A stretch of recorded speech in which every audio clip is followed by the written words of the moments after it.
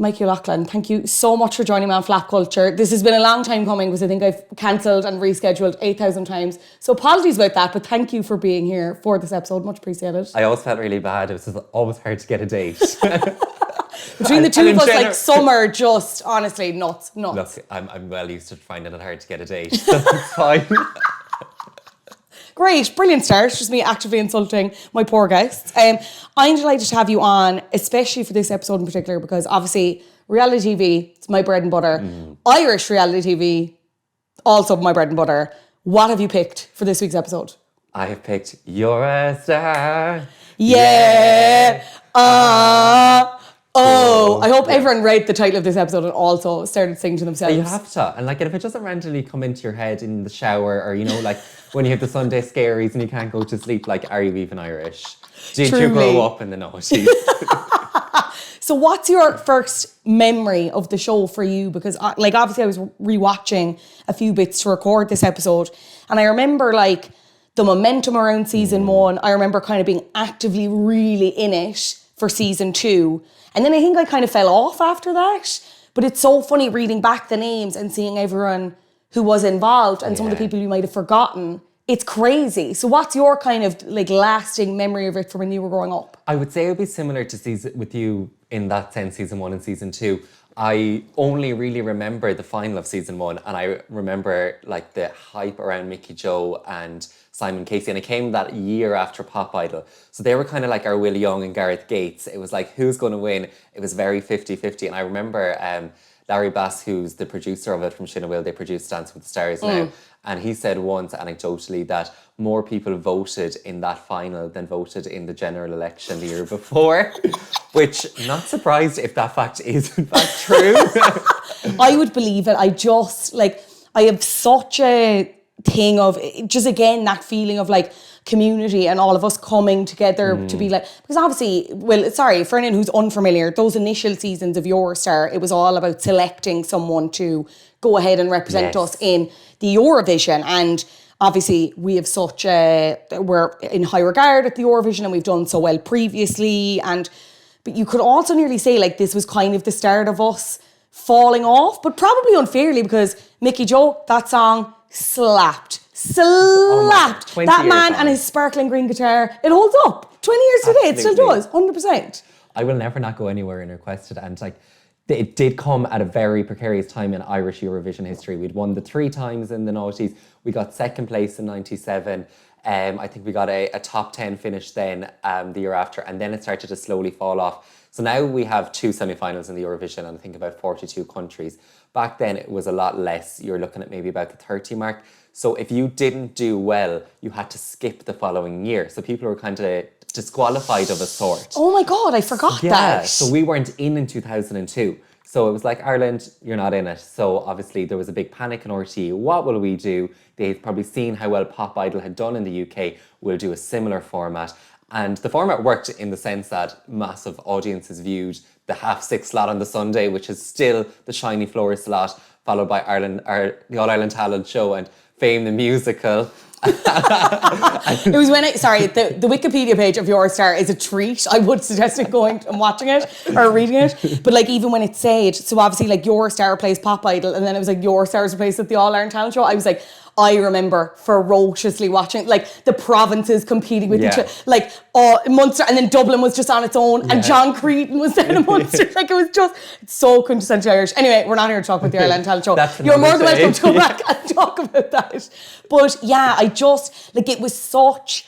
This was event television. Yes. Like it really was. Even like watching back some of the clips from season 2 and how well they did, like, you know, they followed the contestants through the auditions, and then you'd like the heats, and then you had, you know, when it got to a certain number of people, they moved up to a bigger stage in the helix, where it's so funny because that's just where people graduate as well, you know what I mean? It's just, they did it really well. And you had like obviously the judges, like Ray D'Arcy hosting, huge star. it had a lot. It's kind of no wonder that everyone was glued. And then you try in the Eurovision thing, it's like, well, obviously we're going to be eating this up. Like. And like the judges, Kerry Katona was a judge on Series 1, and she was going out with Brian McFadden, not going out, married to Brian McFadden at the time, had just come from a Tommy Kitten fame in and around the time she won I'm a Celebrity. So like, she was huge news. You know, then Louis Walsh came in, obviously he was massive news coming in from pop stars, Linda Martin. Going on a few series, the introduction of Brendan O'Connor into our lives for the very first time, but it was season 2 that really was the one for me, and it was because it was a girl from Ennis, Ruth Cullen, and shout out Ruth Cullen. Hello, Ruth Cullen. Shout out Ennis. Shout out Ennis, absolutely. And it began with the audition process was before Christmas, and that's when you whittle down the heat. So you got Ennis, Longford, Cork, Galway, Dublin, wherever, and I just remember clearly one of them being Longford, and obviously Ennis. And she made it through the heat. So it was 2 people qualified from each heat. And then I think there was wild cards.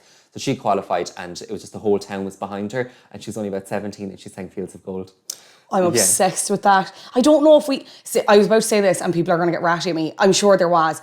I can't remember a significant Cork applicant. Though, actually, I correct myself, there was one season, and I had no idea about this. If anyone is as chronically online as me and is like into makeup or whatever, there's a makeup artist, incredible makeup artist, bridal makeup artist, Jeanette Cronin.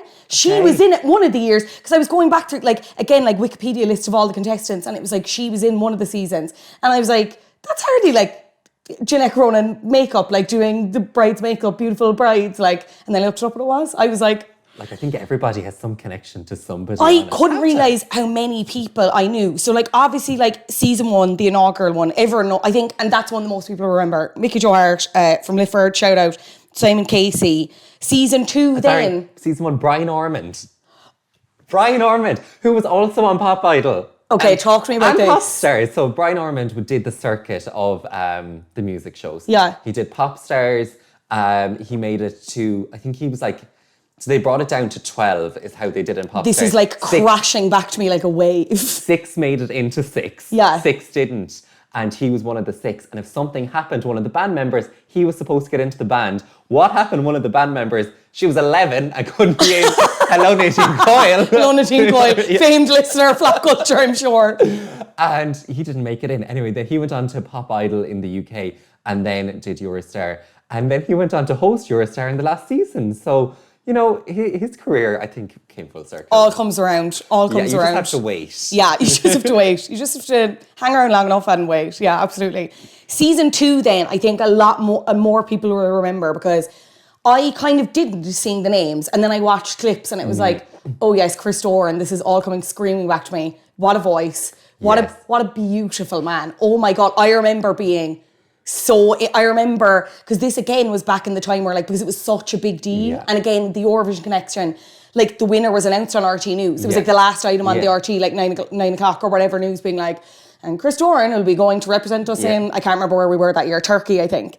But even watching it back, he's the smoothest man ever. Yeah. But like, also, one of the auditions that always stood out for me, but I couldn't remember his name, George Murphy, Raglan Road. Yes. So when I watched that, I was like, oh, it was like a jigsaw piece was put back into my brain. Like, and so funny, because we only saw, myself and Cian only saw him very recently, because he was performing at Oktoberfest. I was there. And Cian kept saying, Cian was like, George Murphy, because sorry, my boyfriend Cian is from Beaumont. George Murphy's from Beaumont. He's like Dublin hero, yes, whatever. And I was watching the audition, I was like, and then it was just like screaming back to me. But all his performances, there's one where he's like wearing a hat and stuff. It was the performance where he messes up 3 times. No reality show will ever compete. No. Sorry. And you're seeing him backstage and he's talking to like his granny or something and he's getting really upset. And he's this child of 17, like the pressure. It was huge news. He was set to win it.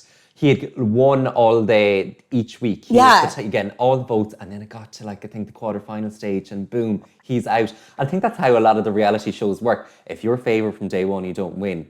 But also the producers did a One Direction on it and had 4 guys called Final Four. You know, it's obviously a great name. So they were like 10 years ahead of One Direction, or maybe 7 years ahead of One Direction. And boom, there they were having a formed band of 4, I suppose, for lack of a better word, rejects. But that, you want to be the reject, hello, One Direction. Yeah, truly, yeah. They're doing quite well. And they ended up backing Chris Doran. And And then I think there was a lot of hype behind season 2 because the Mickey Joe Hart song did so well, still standing to this day. And he came 11th in the Eurovision, which was, in grander scheme of things, quite good. It's good compared to us now, which is so funny. At the time, people were like, this is shocking.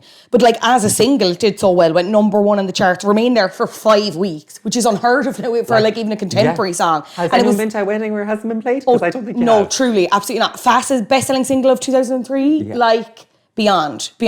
So yeah, you had all this hype. Chris Doran's in it. I'm trying to think of, there was someone else significant that I'm missing in that contestant. I'm sure you're about to tell me. The James Kilban came second. James Kilban. Talk to me about the James Kilban of it all. So he was kind of like the older contestant, to use that term, and I'm sure 20 years on, he actually probably wasn't that old at the time. Oh, literally not at all. That's just how things worked. Poor Louis Walsh being like, there's a bang of Donegal, there's a bang of Johnny O'Donnell off you. I'm like, leave that man alone. He just really wants to sing. And I think back then in 2003, 2004, people who were just over 30 were actually 50, even though they were just 31. Truly, and we can say that now. We're approaching those ages. We're progressive now, it's perfect. Anyhow, we are also rapidly approaching those ages. Yeah, but like everyone who just was over that age was just old. Like even like looking at the X Factor, the over 25s. I know. Who were like over the hill, like over 25. I remember looking at Shane Ward and like still fancy him, but also being like, that man is the oldest man I've ever seen. That man is as old as time. He's in the over 25s category. And that's who James Kilban was. And he's still performing in country music. I remember hearing him on Live Line during the year. So there he is, still doing his Shout thing. out James Kilban, wherever you are. I remember the girl who came third, or woman who came third, was Jean Butler's coming to my head, but it's not Jean Butler. It's not Jean Butler, but I know exactly what you're on about. Jean, anyway. She had she did a performance of Come Together, the Beatles. Yes, I remember being really sexy. Really sexy. And me as like age 10 been like, why aren't we sending that to Eurovision? That would translate really well. It was, but it's so funny to hear her talk about it. So again, I don't know, international listeners or anyone who doesn't really remember, this was like, as much as this was the biggest show on TV, it was also like, how do I put this politely? Like it was nothing compared to X Factor in comparison to like the later years when it's like there's full choreo, there's backing dancers. There was no Beyonce singing with anybody. There was absolutely not. It was them on a stage in the Helix, Dublin. We love the North Side. Shout out the North Side. And that was it. But this particular performance of Jean is so funny because she's talking about like how she wanted to do something different and she felt like she was being typecast. So she's like, the performance is her and she's kind of doing a little bit of choreography, but it's just like... in a trilby hat. In a pink trilby hat. Now she's slaying, girls, I let the record show, she's slaying. Not a critique of her, but she's talking and she's like, I wanted the chair, I wanted the hat. I'm like, oh my God, there was absolutely no production here that Jean's like, give me one chair and a hat, please. I'm begging like for this iconic performance. I am going to slay the house down boots like. And she did, in fairness. It was just, it's just so quintessentially Irish and just, it's perfect. Like even there's a clip where they go see, because the judges get to pick like one wildcard to bring back for the season, and there's a whole thing where it's like they're going to like surprise them, whatever, and half them are just in their gaffs or whatever, just like do it, and it's like Linda Martin being like, I hope someone's home, whatever, and like you're running up her driveway. Yeah, and she's like, what would you say if I said the word wildcard to you? And then your one's going, like just losing her mind. It's actually perfect television. Yeah. I miss it so much. And like the votes must have been coming in thick and fast because there's a lot of parochial regionalness to it all, that if someone is from your area, you're going to vote for them. I remember I was only allowed 2 votes a week for Ruth Cullen, so obviously the phone bill must have been sky high. There was a very high texting call number. So, and she didn't win. So maybe we've got more votes on sorry, Ruth. You're the people's winner. You're a flat culture's winner anyway. We talked about George Murphy and him messing up his he was starting at the wrong time. Yeah, it was the first week. So like live performance, again, he's 17. He's a child on the stage. It's beyond. There was another guy that weekend, he sang Mary. I'm not sure who sings that song originally. Oh, Philip Noon. Yes. Philip Noon's a contestant. And then he was like, well, if George Murphy did that and restarted and got all the sympathy, I can't. So he just sang the song out of tune. He is out of tune, God love him. And he said it in his post-interview. He's like, I didn't want to do a George on it because, George did the George on it. You can't be another one. So I just went along with it. But again, it's that kind of Irish attitude. Like, there was no malice in what Philip was saying, but it was No. just like very truthful, being like, well, Somebody's George already done it. Somebody's already done it. I'm not going to do it and play up to it because people will be like, oh, here you are, begging for sympathy or whatever. Oh my God. I actually looked him up, funnily enough. He's now in Doha. Wow. Yeah, if anyone wants to look him up on Instagram, he's performing away, happy out. He saw Post Malone recently and he got a video with him. So Great. Shout out Phil Moon. Love to see it. What did you think of Chris Doran winning? Were you a Chris Doran stan? And what did you think of the song that ultimately went on to represent us at Eurovision that year? Do you know, like looking back, it's not a terrible song and it's very much that Irish ballad, but it came in a time where it was right at the beginning of the novelty acts and you needed the novelty to stand out. And that obviously just wasn't there. There was no novelty whatsoever. He was very handsome, but I remember my aunt really fancying him and me being like, oh my God, no. And now I look back and I'm like, what a ride. Oh, like he just, and he has this thing where he's kind of barely holding the mic up to his mouth. I was like, stop flirting with me, Chris Doran, through the laptop. Like, it was just, he had it. He had that like charisma and this kind of insane confidence that you didn't see with the rest of them. He was just like, I'm here, I know I can sing. Yeah. And you got even that with the judges' feedback. Like the judges were, and I should say the judges at this point where it was Louis Walsh, Linda Martin, Phil Coulter, like eating it up, like gobble gobble. They loved Chris. Phil Coulter last year and all I did was ask him about yours. And I'd say he was like, get the fuck away from me. I couldn't use any of it because it was just for my own personal information. I was like, and what happened then? And what happened then? Mikey is preparing like hours and hours of audio for his own like explosive like West Cork podcast series, but it's on your star. Absolutely. And I'd like people who would listen, all 15 people. Oh, truly, yeah, I would. I would just play over and over again. My standout thing, Chris Doran, is he'd one piece of choreography and he just did a stop. Yeah, he loved to stop. And I just to stop. And I was like, yes, give us that stop. Oh, here, actually, I have to talk about this before we move on to the next season. At one point at the start of season 2, and again, go back, you'll find it on YouTube. Like, when I say Linda Martin is wearing one of the most elaborate necklaces I've ever seen, it's taking up her entire, like, it's like a chess piece, like, nearly. Like, it's just... It's so iconic. I love it. And what I love about the judges as well, they were just sitting at a couch on the side of the stage. I meant to say that when I was talking about like the production budget. It's like they're just they're here on a sofa, just like, well done, very good. Just there beside the microphones, like they're not in front of the stage, they're not like away from the stage, they're just part of it. It's like they forgot. Like, just don't put the camera on them now. Yeah. And now put the camera on them. It's like they forgot they were there or that they had to be part of it. Shit, where will we put the judges? Oh, so good. So good. Season 3 brings us into 2004, 2005. There's a few changes to the season as well. So they're not just letting solo singer performers. Bands are allowed in under the size of 6 people, could now enter. Donna and Joseph McCall. Let's talk about it. Do you have any memory? I don't have any memories of them on this season, but I obviously remember the song going to Eurovision and them not doing great, unfortunately, but... What I remember is them not supposed to win. They came up kind of slowly through it in the background. Okay. They weren't these favourites whatsoever, and then boom, they just won. Now, the song, I'm sure, when you heard it first, was really catchy, and that was part of Eurostars. They were given their song for the final, so you knew what song was going to represent Ireland in the Eurovision, which is actually very handy to know. It wasn't you pick a winner, they got a song after. The song's also written by Carl Broderick, husband of Alan Hughes of Ireland AM. Shout out, Carl. Well. Yeah. And there's Love question mark. Love question mark. Which I think got a raw deal. I actually think that's a slapper of a song. I think, was it with the right act? Not sure. Maybe not.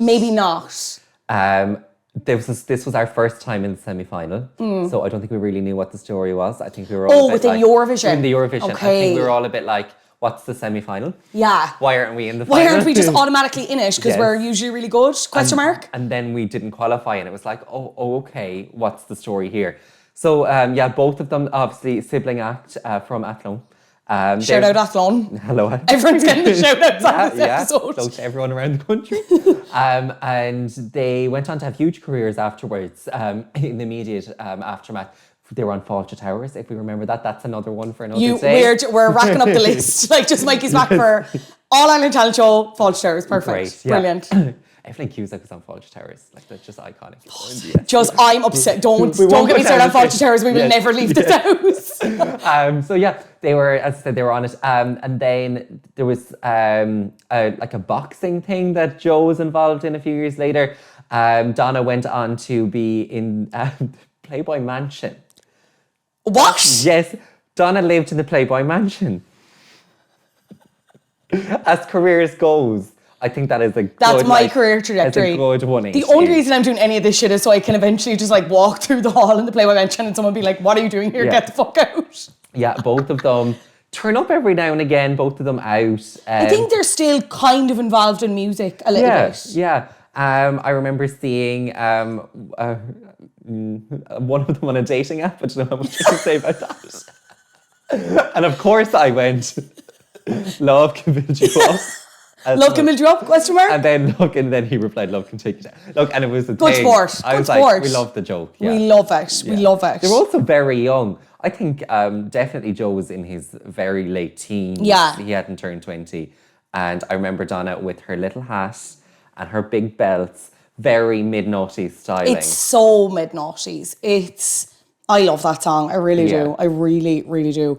Kind of embarrassingly for them, it was the first Eurostar winner not to reach number one. Now, I will say the reason it didn't face stiff competition from Akon Lonely. You know what I mean? Hear. So like, No. Akon was never going to let them, That you know? song was just brilliant. That was an iconic song. Truly. This was Ray D'Arcy's last season hosting as well. He's like my quintessential memory of the host as well. And even kind of watching back the clips, he's great crack. Even doing the auditions, he's very funny. Like going, like running down the queues of people being like, everybody cheer, woo! Not overly produced whatsoever. Yeah, and it's so funny. And I love this it. is the change. This is the last year that people qualified for the Eurovision.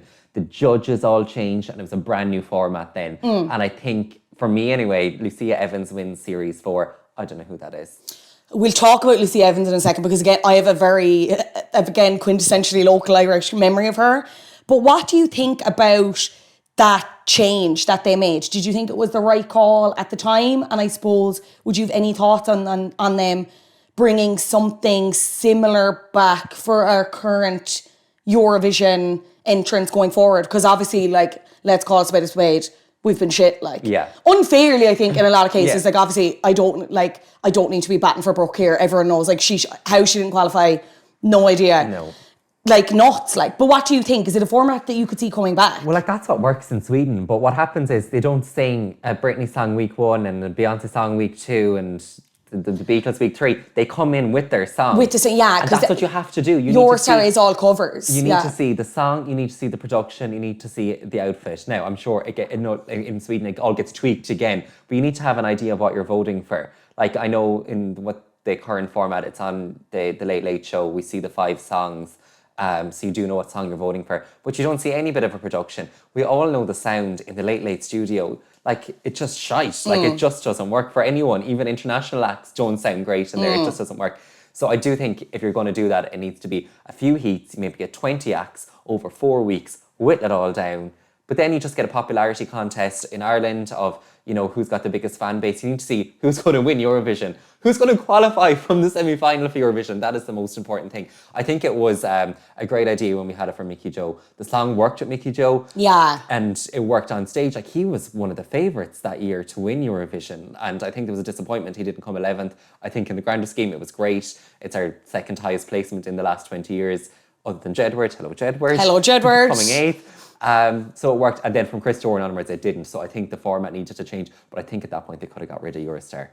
Yeah, because this is the thing. I didn't actually realise how long it went on. So like in terms of flops, like it ran from 2002 to 2008, which like it also feels like 800 years ago, but then you watch it and it brings you screaming back. So that 4th season, this is 2005, and as you said, it's totally changed. It's not to represent Ireland in the Eurovision. It was a recording contract with Universal Music Ireland and Polydor UK and €10,000 worth of musical and audio equipment. And again, I don't remember anyone really in this, but I do remember Lucy Evans, and I remember the song, "'Cause I'm bruised but I'm not broken, oh my God, yes. hurt but I'm still hoping." And I remember when she won, and I loved it. I actually do like that song, but I think it was a bit like, again, I think we're moving out of ballad territory at this time, so I think people are a bit like over it. But I remember, if anyone doesn't know this about me, my dad's actually from Carlow, and she was doing like a signed meet and greet in the Roxy music shop in the Fairgreen shopping centre. And I remember seeing the signs for it and being really annoyed that I couldn't go because it was on like a Sunday. And if we were going up to Carlow, like we'd usually be going home the Sunday back to Cork, you know? So I was devastated. That's my resounding memory of Lucy Evans. And actually, sorry, it was this season that Jeanette Cronin was on it. So okay, yes, your friend from Cork. Shout out to Jeanette Cronin. She's actually not my friend, and I'd say she's going to be told about this podcast and be like, shut the fuck up talking about me. Like, why? Get my name out of your mouth. Legal letters coming in. But yeah, that song, Bruised Not Broken, only peaked at number 5. I say only peaked. Number 5, nothing to be sniffed at. No. But I think, again, this shows the trajectory that Your Star was on. Yeah. And I think it's also important to state, I think X Factor kicked off in 2004, right? So this was like, X Factor was just kind of peaking. You're coming into like peak, obviously Steve Brookstein, we won't talk about Steve Brookstein at all, but Shane Ward, you're like, it's... Heading towards Leona Lewis. It's only up from there. So I think people were looking at going between X Factor and Your Star, if you had the 8 channels or whatever, and you were like, this kind of a bit shit, and maybe? Really, I don't know. You're not going to focus on both realistically. It takes up your whole weekend. Yeah. You know? Especially, Mikey's like, I was busy. I had loads on. But I do also think, as much as they were probably right to change the Eurovision thing, I think maybe it caused people to give less, like, maybe this is a really unfair generalisation. I think at that point we cared so much about Eurovision more than we did, or more than we had a belief in like Irish artists in that realm, if that makes it. Like, I think it's so great now. We have this kind of slew of pop artists and bands coming out, and they have a chance to like do really well and be successful, and there's more big Irish acts than ever, and we're getting behind them. I don't think we kind of were at that point as a general public. I don't think we were taking people, like, I think it was different to be like, okay, you're a Eurovision artist, you're representing us at Eurovision, that's a big deal, we'll get behind you. But it was just like, oh, you're putting a little song out, that's great, but like you're never going to be Britney or whoever, again, the big contemporaries of that time. I don't know, what do you think? Yeah, no, actually, I never thought of it that way, and there was no big Irish acts that came out of the mid-noughties that I can think of off the top of my head, the way that they're like, I say a slew of them coming now. The way they are now, and the wave is huge. And the way that, like, you know, all the radio stations and, you know, the money that's behind Irish acts now wasn't behind it then. I suppose that was the only platform, really, that people had, was Eurostar. So maybe people had to go for it to get any bit of money, to get any bit of, a step up. But yeah, I think, like, as the seasons go, I think that one was the dud one. I think people, the change didn't work. And there was, record producers as judges, and people didn't know them. Oh my God, yeah, this random fella from bloody EMI or something. I was like, who are you? No offence to you, I'm sure you're doing great with your career, but like, I didn't know you at the time and I don't know you now. And I'm sure he doesn't know me either, and that's fine too. Mariah Carey, I don't know her. Yeah, literally has never met either of us, never will. We're like, perfect. Whereas like Linda Martin, Louis Walsh, Carrie Katona. Iconic. And Brendan O'Connor. Brendan O'Connor. We will get to the Brendan O'Connor of it all. I should say this season also included Marlene Bain came third, and the Sullivan Brothers, who came second, and Lucy Evans was representing Galway. So shout out Galway. Season 5 then returned for 5th season. There was no wildcard show this season, so another change. 82 made it through. Out of these, 40 went through to the knockout round until the final 12 were chosen. I think this was a bit of a shocking season, but again, not one that I can remember. Do you remember Paul James? This is the one I remember. Okay, tell me about this, because I'm going to be honest, not a lot pinging in my brain when I was reading about this. There was a girl from, I went to Rice College in Ennis. Hello, Rice College in Ennis. Ennis got, you did very well out of this, I have to say. Yeah. So we had girl, Susan O'Neill was her name, and she's got a massive career now. Sun is her name. Amazing. XON, and she's regularly on the Late Late Show. They do a nice special recognising somebody. She'd be in singing the songs, and she's amazing. Performance of the King Kong Company, whatever. So this is a big shout out for you. Oh, fab! She's amazing. Sorry, I know who she is now. Yeah. Super talented. So she was on it, and she was in the school at the time. I think she was in Leaving Cert. I was in second year, so massive hype behind her. You were like, the boats behind. Her sister was in my year. People went off to see. I was never picked to go on the bus because I didn't do music. whatever, just because I can't sing or play an instrument. I Like, feel not my like fault. I feel like this is semi-therapy for you as I well. think Just so. I think we're unpacking a lot of trauma, It's so I human. appreciate you sharing that. Yeah, Thank you. and then there was another girl, Maeve O'Donovan, who was from the Clare Limerick border down Clonlara kind of area, and she made it to either the final or the semi-final, made it quite far. So there was a big Clare interest. And then there was two bands, one Scuba Dice, one 21 Demands, and I remember them being really cool, and maybe kind of around the start of the bands era, 21 Demands turning up to be Codaline in the end, the very early stages of Codaline. I don't know who was in, who was out in the end, but I remember them being great. And I remember David O'Connor, did he win it in the end? And Yes, yeah, David O'Connor. I remember having a good, strong interest in the series. Yeah. So I think there was a guy, Paul James, at the start who was eliminated in week 1, but he was apparently, but again, this is coming from your Star Wikipedia page, and again, it's someone who was maybe a Paul James stan and like isn't admitting it because like it's written and it's like shockingly early favourite, the very talented and charismatic Paul James. I'm like, did Paul James like this? But anyway, he was eliminated early on. Again, slightly different prize I should say as well. So it's a recording contract with Universal Music, a publishing contract with Sony ATV, €10,000 worth of musical equipment from Roll Ireland, and a cash prize. And then the judges this year, you had Linda Martin, Brendan O'Connor, and Thomas Black. Like, those prizes are nothing to be sniffed at. No, absolutely not. And like it there's gets good money. The final season, it's like properly just like a wad of cash, like a lump of cash. We need to talk about the Brendan O'Connor of it all. We're here now because again, this was. I really hope I'm never ever asked to be on his show. Not that I think I ever will be. The ego of me being like, I hope I'm never asked to be on a show. But if I am, because I fancy that man, and this was the start of it. Because he was Cork just people supporting Cork no, people. 100%. It's obviously, I was like, I loved seeing the Cork representation of a Cork judge. Yeah. He was like kind of mean, kind of gas. Kinda, very. Do you reckon? He was so mean, and it's so if it happened now, he would not be that mean because that's just not the way TV is now. Yeah. He was totally the Simon Cowell of it all and played up to it. There was Oh, a character. 100. It was so pantomime. And I'd say the X Factor had obviously taken off, Pop Idol had happened, and I'd say there was a production call, you're going in and you're going in on those people. Yeah. And you're going to be the villain. You're going to give people something to really talk about. You're going to give people something to hate. And like in the world, you either need to love or hate something. If you've no feelings, then you're not going to watch it. Truly. Same with like with the if someone's on the cover of a magazine or somebody's got a book out, you're more likely to buy it if you hate them than if you've got no feelings whatsoever. If you're completely indifferent, what's the point? So either hate something or love something, and then think they got the hate in with them. Yeah. And like that works. It did, because I was eating it up. This was a funny season as well though, because there was a couple of like guest acts, and like actually, and they like tutored the acts on whichever week they were on, and like some of these names, not anything to be sniffed at. Sophie Alice Baxter, yes, the Blizzards, yes, iconic. Trust Me, a Doctor. Shane Ward, already mentioned. McFly, iconic. I remember McFly and I remember Sophie Ellis Baxter so clearly. I did not remember this at all. I was reading the names. I was like, fair. Someone put the hand in the pocket and was like, right, let's start spending money on this. Thank God. But again, it doesn't really compare to like the Beyonce of it all with Alexander Burke. No. And at the end of the day, they're just standing on the stage in the helix. Oh, let's not forget that too. Do they remember that? Do you think Sophie Alex Baxter remembers? She's driving in. She's like, what's GCU? What's Taku? She's like, cute. Love that. Love that for them. Brian McFadden was a guest judge one week as well. And as you mentioned, the final three, we had David O'Connor, 21 Demands, now known as Codaline. Final four, Maeve O'Donovan and Scuba Dice. And this was the first year I think they released their songs as downloads as well. Okay. So we've gone right digital. This is it. 2007, we were on the pulse. And they all made the top 20 in the Irish charts. 21 Demands, now known as Codaline, came in at number 1, followed by David O'Connor. But as you said, they didn't even win. Yeah. So the 21 Demand song was Give Me a Minute. The winner takes it all was David O'Connor's. Landslide, Maeve O'Donovan, and Holiday by Scuba Dice. Scuba Dice, I like remember the name, but I have no resounding memory of them. I feel like they were better. Okay. Now, don't hold me to that. I don't really know. But I really feel at the time they were the better ones, but 21 Demands did better. Yeah. I think. But then it was all about votes.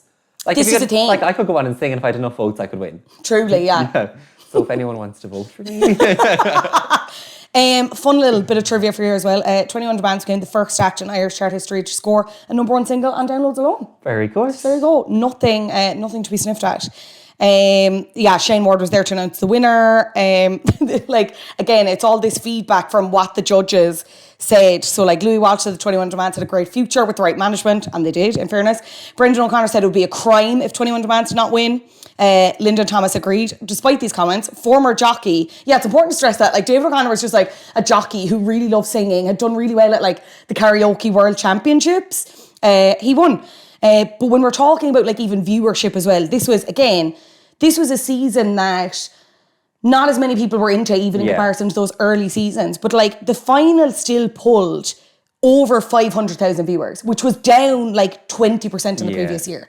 That's unheard of now for an Irish show, like with the exception of the Late Late, like the Toy Show, or like the Valentine Special. You know what I mean?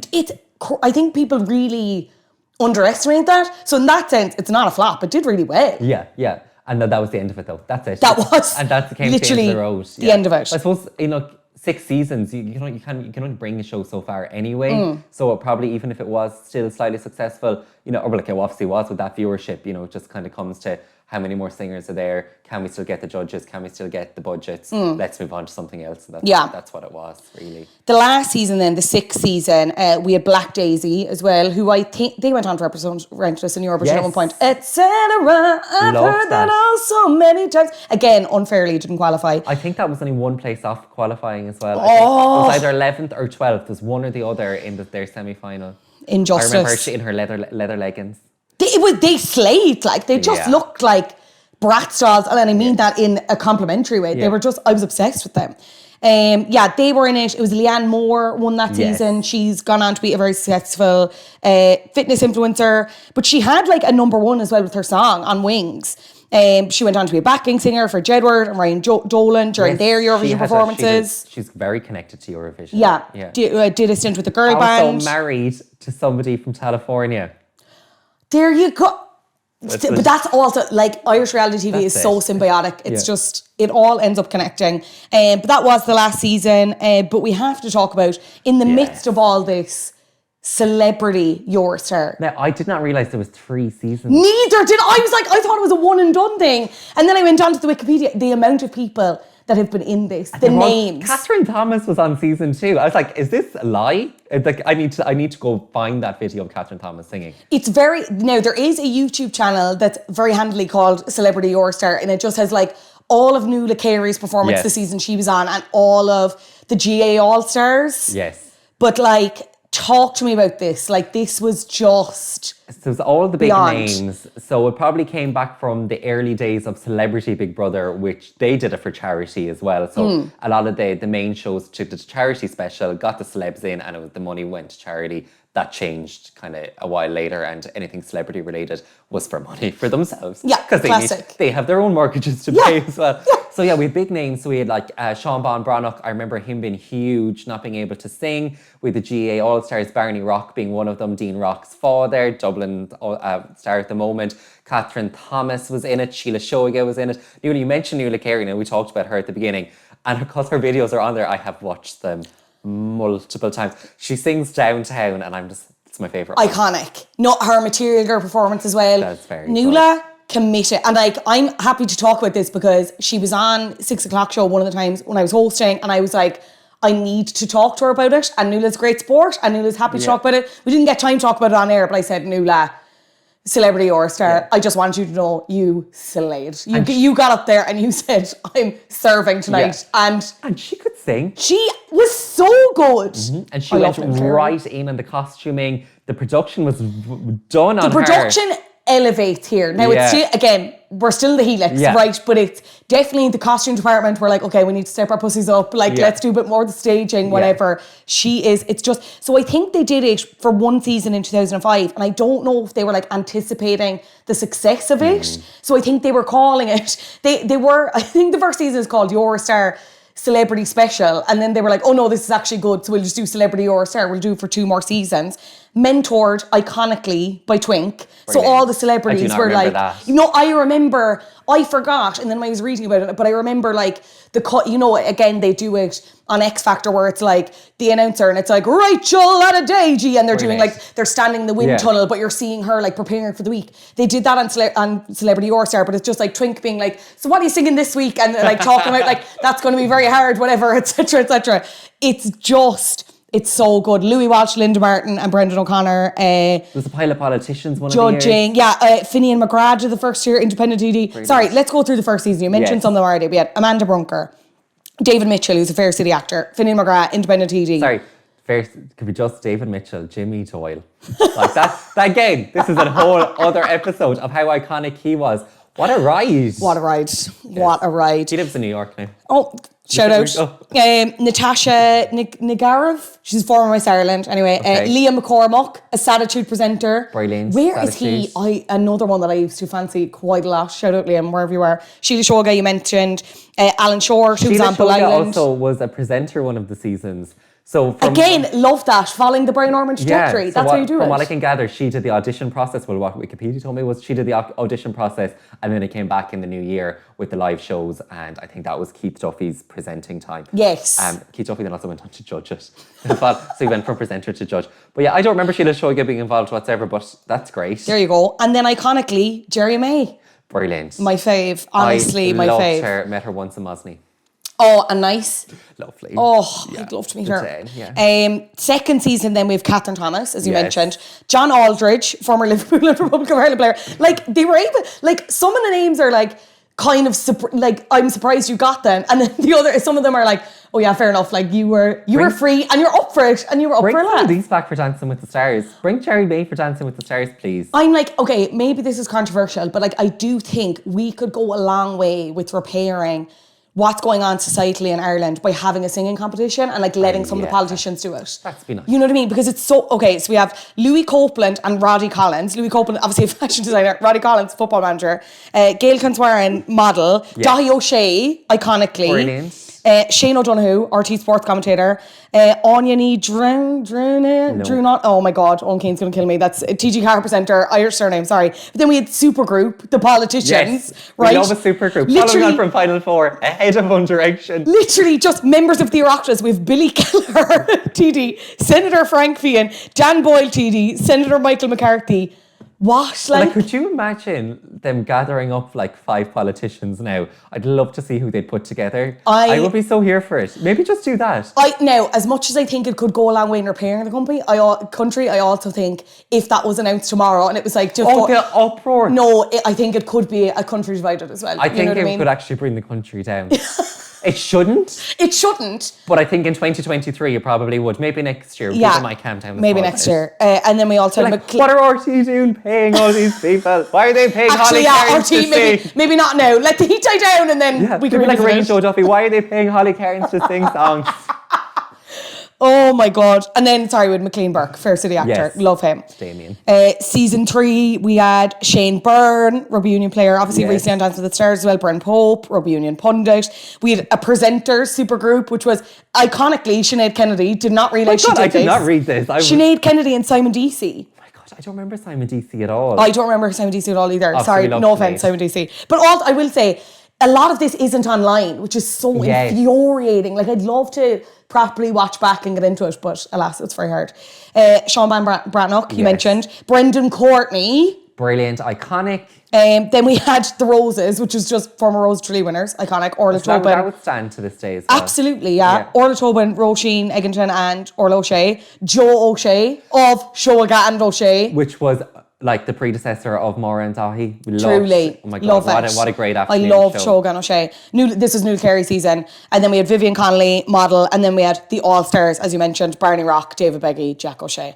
They raised a lot of money for charity. I think one of the years between all the respective charities, it was something like 300k. Nothing to be sniffed at. Everyone's having a good time. Everyone's having a laugh. Yeah. They're doing it to let Brendan O'Connor be mean to them and get dressed up. Yeah. Perfect. It's a great day out. Perfect. Off the Helix, put on a nice dress, dance to Material Girl. Love it. Yeah, no. I think I would love to watch that back now. If anyone wants, I have the DVD of season 2. So I'm happy to give a lend. Oh I my must get like a little God. exhibition card set up. It is at home because it's there and it will never be thrown out. Maybe we should do a screening. Oh my God. We should do a screening. But again, is that not so naughty that it's like there was a DVD of the reality show competition? Like. And then there was like a behind the scenes special where it does like an hour long bringing you through all the bits and bobs of all the weeks. So it'll bring you like a snippet of each week. So it'll be like, you know, on week 1, George Murphy sang and it didn't go well, and it like goes to George like not being able to get the words out or whatever, and then it's him afterwards being upset, and then and then it's like, and this person got eliminated. It goes right through and right through. It's brilliant. I love that. Right fast. We could probably just screen that. Honestly, would you? Hour. Yeah, let's do it. Yeah. Let's do it. Okay, I think we could put a shout out. Does anyone have the other seasons? Yeah, on DVD as well? please, helloflatculture@gmail.com, please, Yeah. please. And I will pay handsomely. There was a CD as well, and I remember it because Ruth Cullen's song "Fields of Gold" was on it. I don't remember buying it though, and you could also. Oh my God, fake fans! Sorry, Mikey. Fucking hell. I know it's hard, but I had the DVD, so she sang it in there. And song 1 was the You're a Star theme tune. You're a star, banger. Yeah. And then like song 16 was the remix of You're a Star. There's a remix. There was a remix. So if anyone has that CD, somebody has to have it. And it was in Roxy Records in Ennis, and I remember going in and be looking at it, to open in the box, taking out the sleeve, reading what was in the sleeve, putting it back in, putting it back on the shelf. Yeah. We had the exact same childhood, I think, because it's exactly what I did. Oh my God. And if anyone wants it, I do have the tape of Pop Stars. Oh, perfect. Brilliant. And then I also have 6 CDs. I love how you're just like shilling your wares. Just If like anyone wants to come over. available to rent. Perfect. Brilliant. I should put that in my Tinder bio. I have Your Star on DVD. You're a Star and chill. They're like, I'm coming over. Your Star and chill. Mikey, I'm obsessed. I think we've kind of already covered it, but before I let you go, I suppose, why do you think ultimately it flopped in a way in terms of the drop-off in viewership and the changing format? Is there any way you could see it coming back? And if anyone hasn't watched it, why should they seek it out and watch everything that they can on YouTube or possibly the dark web? I don't know, maybe it's there. That's it, or just beg, borrow the DVD. Yeah, or Mikey's house, yeah. I think it flopped. I think it just ran out of steam. I think it just, by season 6, like there was nothing else going on. While it gave people a start in their careers, are any of them, bar Codaline, massively successful now? Unfortunately, maybe they are. Susan O'Neill is doing quite well, and maybe there are a few of those other Susan O'Neills that we don't recognise in the guise of their names right now, and are slaying it and selling out venues that we don't know. And happy days that they are. Yeah, I will George Murphy is literally playing Vicar Street. Of course. He's sold out Vicar Street, and I think there's another one, George Murphy and the Rising Suns. Shout out. I'm not on his payroll. This makes it sound like it is, but shout out. It is more so the later seasons that we don't know who did well. And George Murphy, Simon Casey still doing well, Mickey Jo Hart still doing well. Flat out. Brian Ormond had a great TV career. Absolutely. While flopped, I think, just ran out of steam. It's had ran out of people, ran out of just ideas, and that was that. They moved on to the All Ireland Talent Show. And then later, The Voice of Ireland did come as well. It's the Voice of Ireland. Which I'd say I watched 2 episodes of that. So. Yeah, didn't capture me in the same way, unfortunately. No. Unfortunately. Mikey, it's been such a pleasure. And you will, I don't care if you don't want to come back, you have to come back and talk about all the other shitty reality shows. I will be 100% back for the All Ireland Talent Show, because there's so many hidden people in there that went on to have big careers that we don't know about. Okay, season 4, watch this space. Where can people read your work? You're very busy. Where can people find out more about you if they want to? So you can go on to my Instagram. So it's Mikie, Mikie, no Y's. There's no Y in my name. Y's. So Mikie_OL. And you'll find me there. Yeah, usually just on a night out in the George, or get a multiple hair transplant. Stunning. Perfect. I'll leave all the links below. Mikey, it's been such a pleasure. Thank you so much for joining me on Flap Culture. Thank you.